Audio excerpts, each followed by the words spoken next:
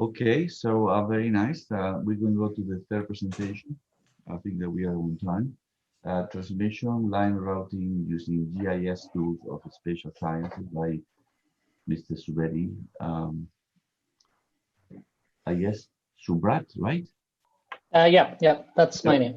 are you in Nepal? Yes. Oh, good. That's good. All right, so I'll try to share my screen. That would be great. Yeah.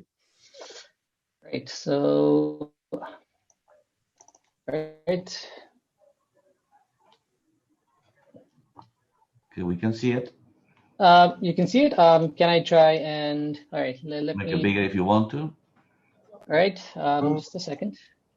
All right, so is it working now? Yes, excellent. All right, okay, thank you very much. The title of my presentation is Transmission Line Routing Using GIS Tools of Spatial Sciences. I mean, the title is a bit mouthful, but then I'll go into the detail of it in a second. Actually, our team is quite large, and I am just representing our very large team. So I'll be breaking down my presentation into these 5 different parts. Firstly, I'll describe the problem that we're trying to solve. Secondly, our approach, and then our implementation, and then an example of our implementation, and finally, some conclusions. Firstly, our main problem here is we are trying to design a line route for a high voltage transmission line. And the problem that we saw was, it's primarily with regards to the existing practice, which is, in our opinion, quite subjective. So the current practice, at least this is the case in Nepal, is identification of few alternative line routes. Secondly, you select one of them and you do a detailed study on that. So that's the general practice. And currently, the practice very much relies on expert judgment. And the expert judgment is actually based on many different criteria. So firstly, they're trying to minimize the settlement as well as agricultural land that goes, the line might pass through. Similarly, they're trying to minimize the forest area encroachment. They're trying to avoid these protected lands. They're trying to minimize river and road crossings, and many different criteria, right? So our main question was, are all these points considered and implemented while is it being implemented in a very unbiased level? And secondly, are they being prioritized properly when an expert decides to route a line? So our basic idea was that no, it's probably not, because these transmission lines, they tend to be very long, like hundreds of kilometers even, and applying all these different criteria at the same time, it's very difficult. So I think that is where our approach, which is based on multi-criteria decision analysis, comes in. So our basic approach hinged on the few ideas, primarily that these criteria and parameters which influence a transmission line's design can be quantifiable and are quantifiable. And once we have quantified them, we have existing algorithms that being used to find out what an optimal route might be. We followed we've tried to follow a few typical approaches of MCDA method. Firstly, we try to reformulate the problem in terms of very specific criteria and parameters. We try to quantitatively evaluate each of these parameters. Thirdly, we categorized the different criteria, and we used a weighted average aggregation to aggregate. And then finally, we used that to come up with an optimal route, and then we try to see whether we get a meaningful result or not. So for this, we used the Geographical Information System, GIS, because the problem of transmission line routing lends very easily to that approach. And we identified different parameters that would be important, right? So we identified 9 different parameters, and each of these 9 parameters were applicable for the transmission tower as well as the line. So there were 18 in total, actually. And some of them included, the distance from building, distance from road, distance from rivers, the land use, the slope, and distance of existing transmission lines. So there are many, right? So firstly, we try to prepare an initial weight matrix for all these different parameter sets.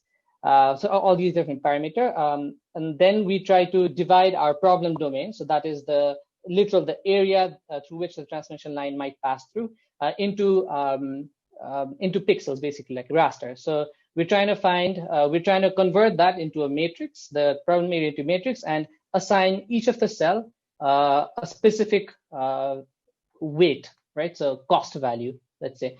And so for each of the different criterias, we have sub-criterias, and then we assign weights. So this is where an expert judgment comes in.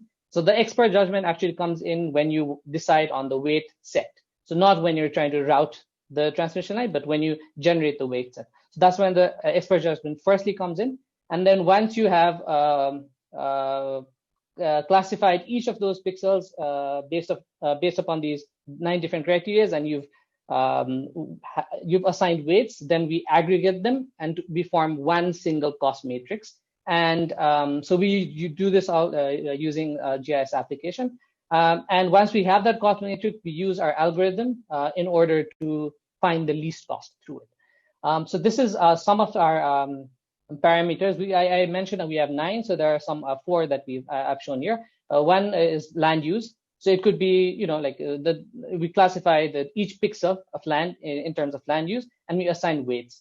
So these weights have to be consistent within a criteria, but then all these different criteria are then again weighted. So expert judgment comes at both of these levels, and we later have to optimize this parameter set. And expert judgment, once again, we use it to optimize it as well, right? So our GIS workflow was basically, it started off by collecting whatever available information we have. This includes satellite imageries, annotated maps that are freely available, the digital terrain model, so that's the elevation model of the terrain, and finally other information from our local survey department and electricity authority for the transmission line. So we follow this is a very basic GIS workflow that we follow to generate what we call our cost raster. And then we developed algorithm in-house, because the routing problem for transmission line is not necessarily,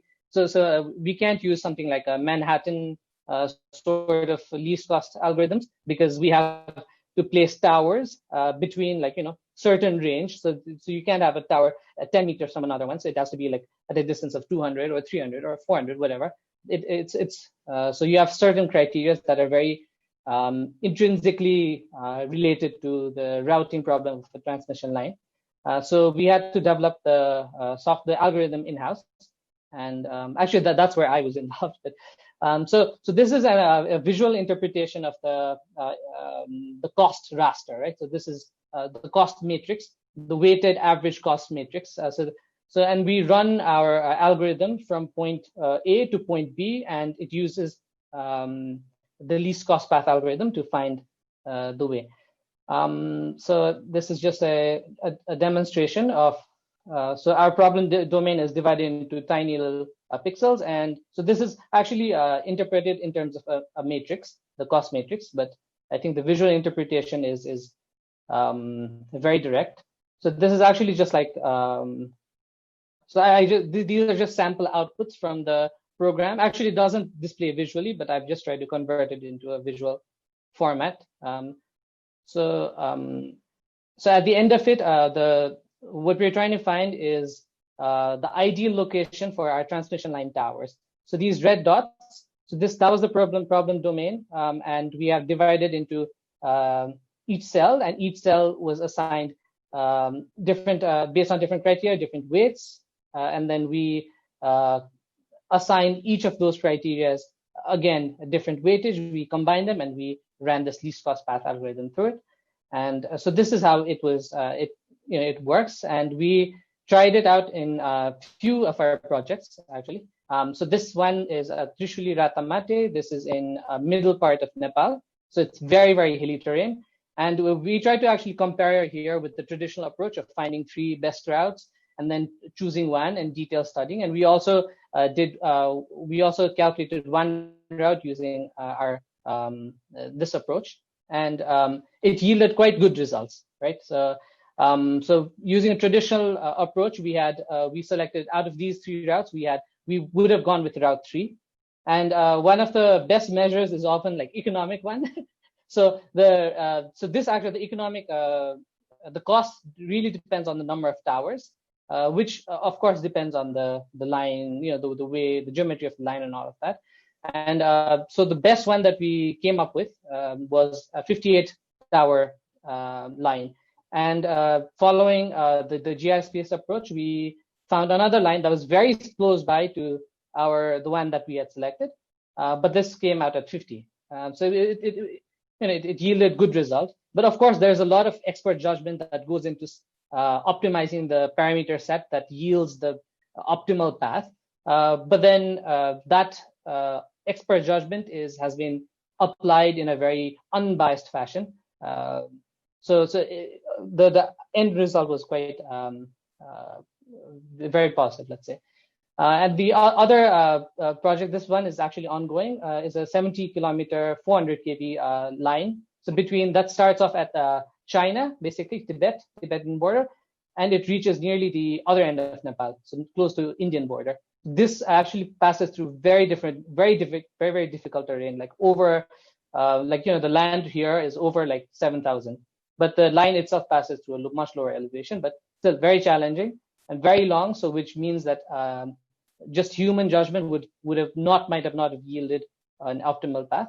But this one also is like successfully implemented. We still have to see whether this is very economic or not. But yeah, so a few conclusions that we drew was like, this is an objective process with still some room for flexibility.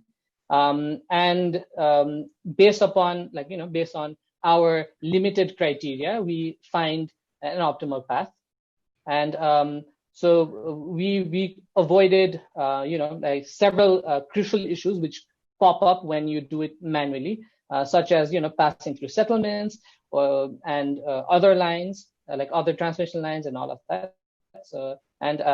So this approach might also help maintain a balance between development and conservation, because this is like this is a more objective approach. So typically if a line is drawn, then there's a lot of questions regarding to whether it has everybody's best interest or not. Here we can quantify what the best interest is, and then we can come back and see what route that yields, right? So, and finally, this is a scalable tool. Like the most difficult part about transmission line, if it's just a 2-kilometer line, then I think human judgment is the best way to go.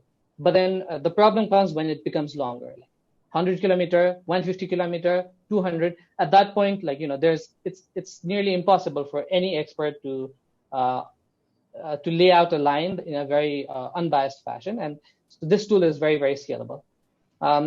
In the future, we hope to use higher quality data, such as LIDAR imagery, and maybe even like very specific surveys for more critical locations. And we wish to accommodate more additional parameters, including very specific geology. Like this, we have tried to include major geological features such as landslides and all of that, but we would like to include much more. So, and finally, like we want to build a better way to develop the optimization system of our parameter set. So our ideal case would be to test it out with existing transmission lines, ones that are considered to be very good, and to find a better way to fine tune it. And like the other problem with Nepal is that it's topographically, it's very, very dissimilar when you move from north to south. And we want to find, an approach that fits all these different terrains. So that's what we hope to achieve in the future. Thank you. Very nice. A very short presentation on, yeah. Very nice. There have been, I'm aware that many applications of GIS with HP, many different areas, not just transmission lines, but flood lines, Yes. Flood plains and fires in India and so on. So one of the major issues here is how do you validate the judgments from the experts? Okay, so I think with transmission line, it's very easy to see bad lines. so as to say, like, it's very hard to come up with a good transmission line, but it's very easy to see bad lines. So what we did was, like, we had several sets of parameters, and so we generated for, like, 10 or 15 sets of different parameters, and then the line that got generated, we evaluated that like based on, again, visually. So yeah. Any So, questions? I have a question. Bhujan. Hi, Liz. Hi. I have a short question. This is a really nice paper, but it got my attention that all your criteria are quantitative parameters. For example, highest point along the route, lowest point along the route, or what else? I had my notes here. Distance from road, distance from river. So maybe the method that you used to solve this problem made you to analyze it this way. But I wonder, isn't it possible to have some qualitative factors and to enrich your methodology? Because there could be some. I am not familiar with this problem, but what do you think about it? All are measurable, and even if we measure them by mathematics, we cannot be sure that we have, okay, let's make it clear. You say distance from the road is 4 and distance from the river is 8, for example. Then you say it is 2 times longer than the first one. But maybe in your problem, it could be something very bad. I mean, you may like to treat it as 3, 4, 5 times more important or more appropriate or whatever. I don't know. Yeah. Can I explain what I mean? I have 2 things. One is, don't you have any intangible criteria? And second one is, even if you can be able to measure these things mathematically, don't you consider that sometimes you may use some different scale, like not exactly the number? So let's give Subrat the question. Can you answer that question? I mean, it's about how you create those scales, Yeah, right? my first question was, don't you consider using any intangible? All are the criteria that you can measure them by, 1, 2, 3. For example, number of major river crossing, highest point along the route, lowest point along the route in your alternatives, and you can exactly measure them. But there could be some other criteria like qualitative things or intangibles in this problem. For example, the effect of the lines on the people, right? Yeah. It's not something that. What if there is any medical waste treatment center around that people? So okay. Like COVID. Yeah, I agree. Like, not everything that can be measured matters, and not everything that matters can be measured. So there's that issue. But then the approach heavily relies on us. That's why you have to. Yeah. So there are some issues that don't have a specific measure. So for example, we have conservation areas which are a bit tricky. We don't want to pass lines through them. It's not impossible, right? Yeah. But then we would rather leave them undeveloped, in their natural state. But then, although that is more or less a qualitative term, there is no way to really give it a quantitative value. But then in this approach, we still have to. So it's not like a distance from something. It's not in kilometers. You have to use them, right? And there's yeah. So we have to bring it down, boil it down to a number. But then the unit there is not necessarily one that is obvious. Also, don't you consider using design of experiments? You say you say multiple cases were prepared, land use, data shape, and something. So you create some scenarios, if I am not mistaken. No, actually, those are just am I different wrong? right. So those are just different criteria on which we judge the suitability of our transmission line. Oh, I see. And we try to combine all of them together. And then on that one platform, we So we have an aggregated cost matrix, sort of, Yeah. and then we try to use that to find the best route. I see. Okay. It's like a Thank you. rating. I think that it's similar to doing ratings, right? Except he has a scale, so the scales could be relative terms, and you can now bring the intangibles if you wanted to do that. So it's very similar to that. Okay, Very nice. thank So you. I think this is the end of the session. We have a plenary coming at 10:05. So thank you very much to all the speakers. Very nice presentations, and see you later.